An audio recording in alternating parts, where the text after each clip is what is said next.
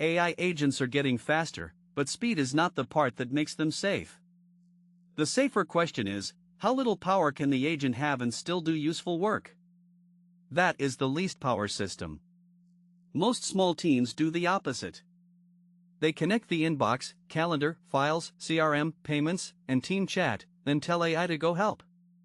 That feels efficient until one vague message turns into a calendar change, a wrong customer promise, a team update from an old note, or broad access nobody reviewed.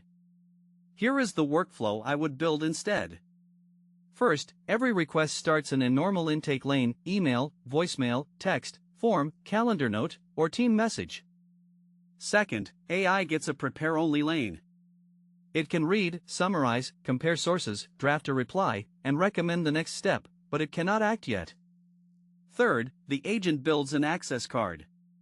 The card says which tool it wants to touch, what source proves the request, what exact action it recommends, and what permission it needs.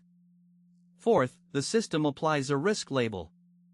Low risk is a draft or summary. Medium risk is a task update or routing recommendation.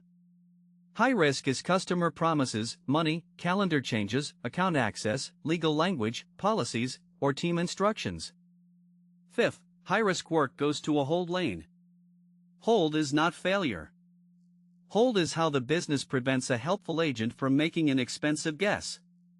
Sixth, a human approves the source, risk label, tool, scope, and time limit. Seventh, the agent gets one narrow permission. One reply. One calendar draft. One task update. One file read. One log entry. Not permanent access to everything. Eighth, every approved action writes an access log with the source, approver, permission, result, and follow-up date. That log is what lets the team audit what happened without digging through 5 apps. The complete pattern is simple: intake lane, prepare only AI, access card, risk label, hold lane, human approval, limited permission, access log.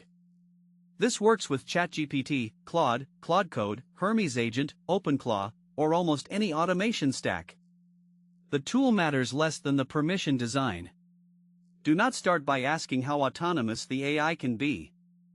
Start by asking what is the smallest permission it needs right now.